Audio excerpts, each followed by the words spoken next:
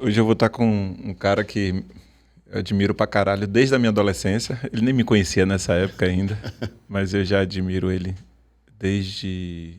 É que ano aquele? 2000 eu ganhei. Antes foi 94, 95 ali. 94, 95. É. 95, para ser preciso, 95. Ali no Chiep, Isso. nadando naquelas piscinas ali do Baneb. Pra quem não conhece ou não tá lembrado, eu tô aqui com o primeiro e, infelizmente, o único até o momento nadador negro brasileiro, ganhador, né, da medalha olímpica. Hoje nós vamos falar sobre essas questões de racismos no esporte. Divaldo, seja bem-vindo aí ao Contras Fluxo.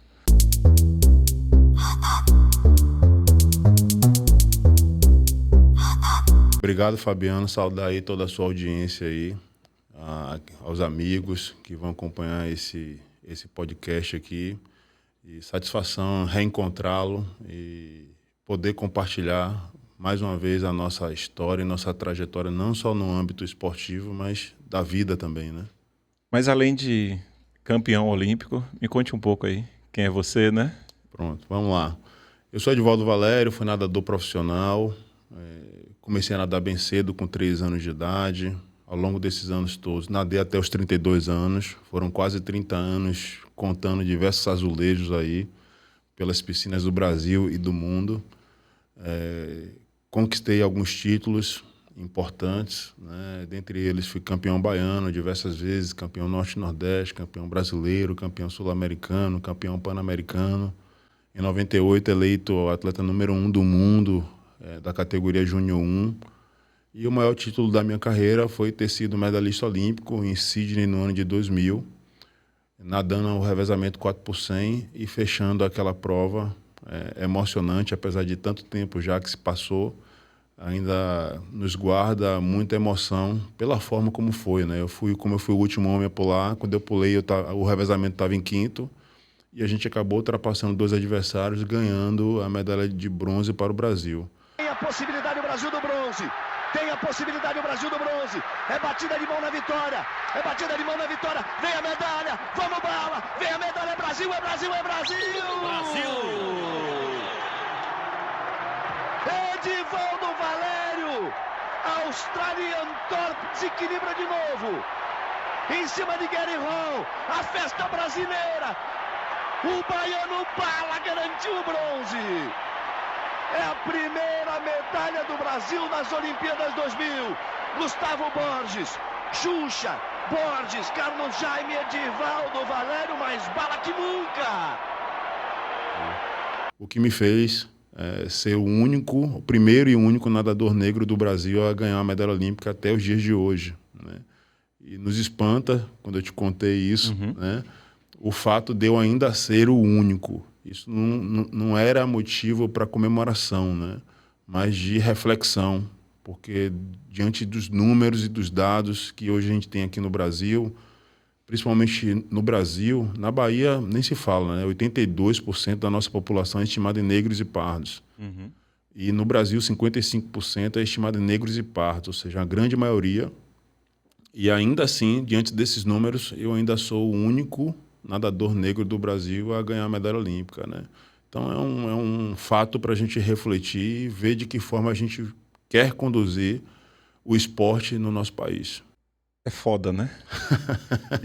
A gente estava aqui nos bastidores e eu usei a palavra infelizmente, né? Infelizmente você ainda é o único, né? E aí eu contestei você. É triste não, é foda mesmo. É foda mesmo, porque foda tá acima... Tá acima desse nosso sentimento aqui de tristeza, né? Porque diante desses números que eu trouxe para você agora, espanta mais ainda, né? Principalmente aqui na Bahia, que a gente tem uma população esmagadora negra, né? Negra e parda. E a gente ainda não conseguiu potencializar isso e transformar em resultado, né? Em performance. E no Brasil a mesma coisa, né? E às vezes a gente fica esperando e contando com acaso, ou a famosa sorte, né?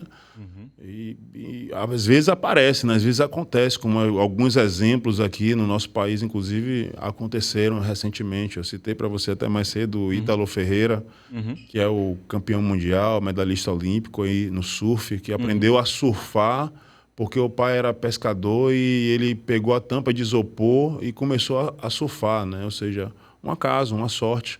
E hoje a gente tem um atleta desse nível porque foi o acaso mesmo, mas que não houve um trabalho para poder potencializar ações que pudessem revelar futuros atletas. E aí eu fico imaginando a quantidade de Edivaldos, de Ítalos e outros tantos atletas nossos aí que não têm esse incentivo e muitas vezes não conseguem nem sequer desenvolver porque não tem mesmo essa possibilidade, né? Você usou a palavra sorte aí, mas eu acho que vai um pouco além da sorte, né? O que eu acho também, Fabiano, que a gente ainda não entendeu a importância que o esporte tem na sociedade. Às vezes a gente pensa em esporte e vê tipo assim, um contraturno, mas de forma aleatória. E a gente ainda não entendeu os benefícios para a sociedade mesmo. Eu digo para a sociedade. E eu trago até o meu exemplo para isso.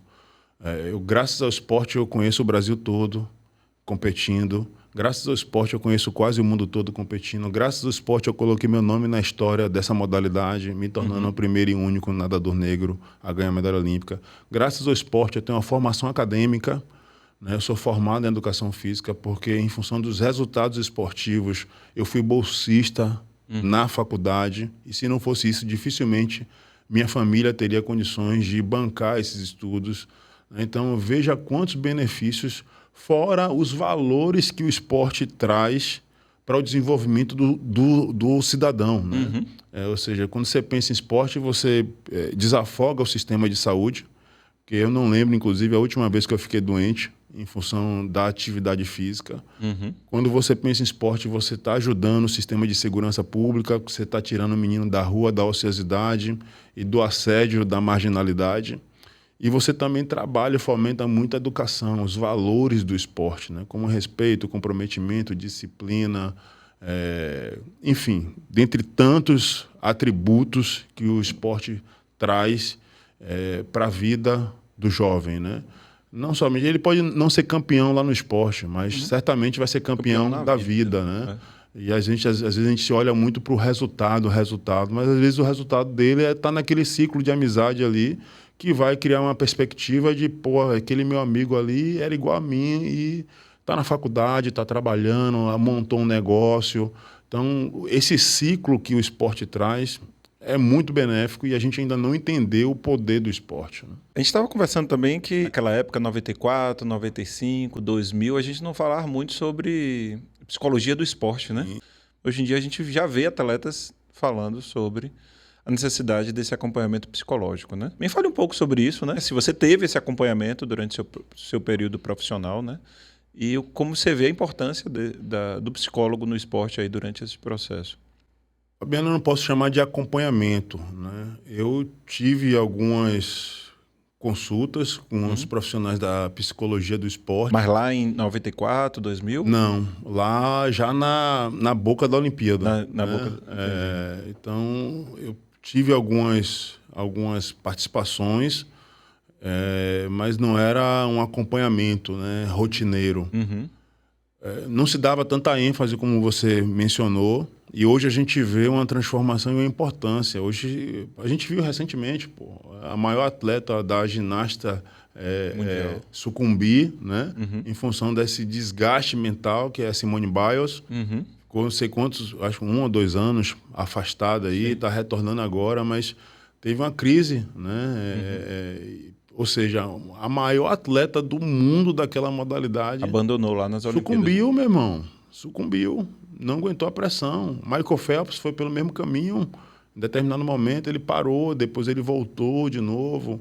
A gente viu o Ian Thorpe também pelo mesmo caminho, dentre tantos outros, né? Hoje está se falando muito mais abertamente sobre isso, porque quando se falava em psicologia, já pensava lá coisa de maluco. Não preciso disso, não. Não. Ou seja, eu, por sorte, e aí é o acaso mesmo, né? A minha história de vida fez com que eu tivesse uma força mental muito, muito forte. Quando o problema vinha, eu matava aqui no peito e chutava, né? E eu fico imaginando se você tivesse esse suporte, né? De 94 até 2000, o quanto você teria mais força ainda, né? Não, eu tenho certeza que iria me ajudar e muito, né?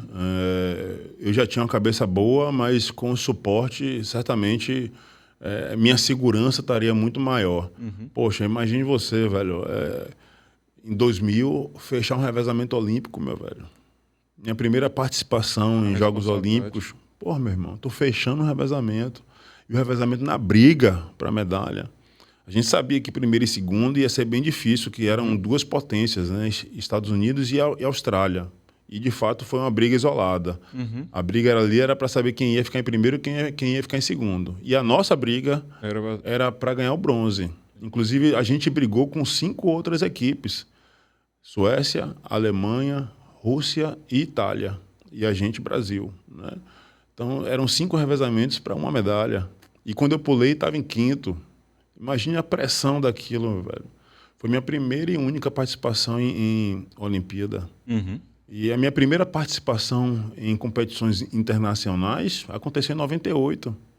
Então foi tudo muito curto. 98 foi minha primeira seleção brasileira. Em 2000 eu estava fechando o revezamento olímpico. Mas aí o momento que você teve essa vivência com um psicólogo, uma psicóloga, foi lá próximo a 2000 ou foi de 98 para 2000? Não, foi lá nos Jogos Olímpicos. Já, lá. Em 98 eu não tive nada, 99 também não, bem pouco, para não ser injusto, e 2000 eram em alguns momentos. Entendi. Né? Mas lá na Olimpíada, de fato, o psicólogo viajou com a delegação. Então a gente era, de fato, acompanhado. Sim. Mas isso a gente não pode chamar de acompanhamento apenas 40 dias, que é o tempo que a gente ficou de aclimatação, de ambiente, conhecer o país e tal, não sei o quê.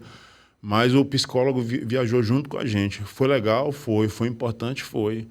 Mas eu acho que a gente não teve, de fato, uma estrutura como é hoje, né? Hoje se fala muito mais abertamente, muito mais claramente sobre a força mental do esporte, né? De alto rendimento, a pressão. Assim é na vida, assim é no seu trabalho, assim é no esporte e assim é na vida. Que recado é que você deixa aí para todo mundo, né? Seja do setor público, seja para o atleta, seja para todo mundo, para essas questões raciais mesmo que nos atravessam? Bom, eu acho que a gente precisa repensar e refletir, principalmente questões estruturais e de abertura de novos polos, né? A gente sabe que a maioria da nossa população, principalmente aqui na Bahia, é negra, aproximadamente 82% da nossa população é negra, e que elas querem ter acesso aos equipamentos, né? Às estruturas públicas. Eu acho que a gente já avançou muito, mas pode avançar muito mais, né? Então, e repensar e não deixar se abater. Uma coisa que eu sempre aprendi na minha trajetória esportiva foi que muitas pessoas duvidaram da minha capacidade pelo fato de eu ser negro. Inclusive, isso está em evidência, porque até os dias de hoje eu sou o único nadador negro do Brasil a ganhar a medalha olímpica. Então, eu sempre, quando chegava, eu era uma novidade, porque nunca teve um negro desafiando os brancos, né? Então, pô, o que é que esse neguinho está fazendo aqui? Como é que esse cara apareceu aqui?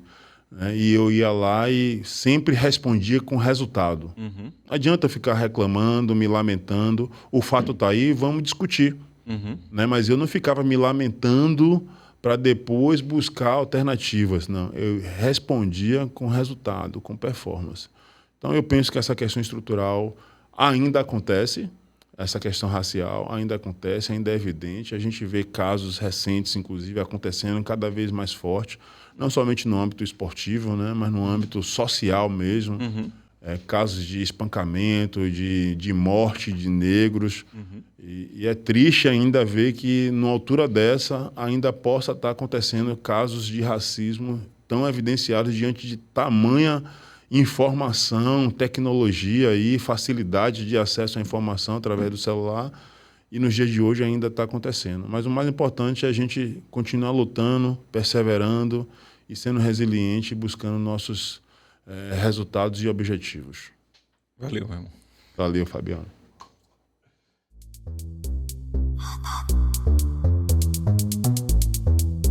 A minha história é uma história real, não é uma história inventada, não é uma história de novela. Imagino que tantos outros jovens devem estar se vendo nesse momento, né? Uhum. Porra, bicho, é a mesma coisa. A minha família é uma família de origem humilde. Eu tive que fazer rifa, irmão, para me manter ao longo desses anos no esporte. Porque às vezes o dinheiro que eu tinha não dava para pagar passagem, eu pegava carona, dormia escondido em alguns hotéis porque eu não tinha dinheiro para hospedagem. Dormia escondido nos Dormia porque eu não tinha dinheiro, irmão. Ou o dinheiro dava para passagem ou o dinheiro dava para hospedagem. Aí eu pagava passagem e dormia escondido lá nos hotéis. Ou às vezes o dinheiro dava para o hotel e não dava para passagem, eu pegava carona. Entendi. E assim eu fui me virando, porque infelizmente a gente costuma olhar só para o resultado, mas a gente não costuma olhar para o caminho, para o trajeto. Parece fácil ganhar a medalha olímpica ou qualquer outra medalha, mas a gente tem que entender o trajeto que se faz, que percorre para chegar até lá. O quanto que eu abri mão da minha vida para poder me tornar um cara campeão. Eu cheguei a treinar 3 vezes por dia, parceiro. Eu treinava de madrugada, treinava meio-dia e treinava fim da tarde. Pronto, era nesse tempo lá que eu comecei a te conhecer. Pronto, exatamente, nessa rotina, exatamente. Então, eu cheguei a treinar 3 vezes por dia, eu treinava de domingo a domingo, eu pegava ônibus, saía de Itapuã para ir até a antiga Fonte Nova, onde eu treinei por muitos anos. Né? Então, olha quanta coisa eu tive que fazer, meu irmão, para poder me manter dentro do esporte. E às vezes a gente só olha e só analisa o resultado. E diante de toda a realidade que eu trouxe para você aqui, não é me lamentando, não. É externado com tamanha disparidade, principalmente com as grandes potências, né? Está se aproximando os Jogos Olímpicos aqui de Paris, né? Sim, sim. E eu queria que o povo brasileiro vibrasse, mesmo o cara ficando em quarto, que a gente não valoriza, nem o quarto colocado. Quarto, pô, que cara Zé Ruela, né? Às vezes a gente pensa isso. E não imagina o sacrifício que o cara é quarto do mundo, meu irmão. Isso tem que ser valorizado. E diante dessa realidade que eu trouxe aqui, a gente tem que enaltecer. Para mim, todos os atletas que estão lá nos representando, todos eles são super-heróis. Diante dessa dificuldade que existe de apoio, de incentivo, de estrutura, todos eles são super-heróis. E a gente tem que reverenciar. Na Olimpíada passada, a gente viu aquele do arremesso aqui de peso que treinava, na época até lá da pandemia, treinava num terreno baldio, sim, pô. Sim. Então, olhe tantas outras histórias, como eu falei, do Ítalo Ferreira, dentre tantos, velho. Então, eu acho que a gente desperdiça muito talento. O Brasil é um excelente celeiro de atletas de diversas modalidades. Aqui na Bahia, a gente olha quantos atletas do boxe a gente revela. A gente não, né? Eu estou sendo até injusto. O Dória revela. Que o cara é uma fera. Né? Mas quantos atletas do boxe, toda a Olimpíada tem um baiano, velho. Pelo menos um. É uma fábrica, né? É uma fábrica. A gente vê o Isaquias, baiano, mas teve que ir para outros estados, porque a estrutura aqui não é condizente com o potencial que o cara tinha. Isaquias é baiano, pô. Ana Marcela já saiu daqui há muitos anos, né? Medalhista olímpica, medalhista de ouro olímpica. Já está no Rio, São Paulo, aí não sei há quantos anos, mais de 10 anos fora. Alain do Carmo, nosso amigo também, que representou brilhantemente nosso país em diversas competições também, já está há muito tempo morando fora. Recentemente, a gente vê uma comoção aqui no país, torcendo para o Davi ganhar o Big Brother, por exemplo. Pô, eu achei massa que ele ganhou, mas a gente torce para um cara que a gente não conhece, mas aqueles que têm uma representatividade muito maior, muito mais forte, a gente não torce, né? Para o nosso amigo que abre um comércio, que empreende, que tem sucesso, esse cara aí tá nossos fazendo... familiares também, né? Você entendeu, bicho? Então a gente, às vezes, torce para um desconhecido, mas não torce para o nosso amigo, velho. E é isso que me incomoda, às vezes. Eu acho que o esporte é uma grande ferramenta e que a gente explora da forma errada, né? Pode ser muito melhor explorado e, assim, a gente tem uma sociedade, aí eu digo sociedade mesmo, muito mais desenvolvida.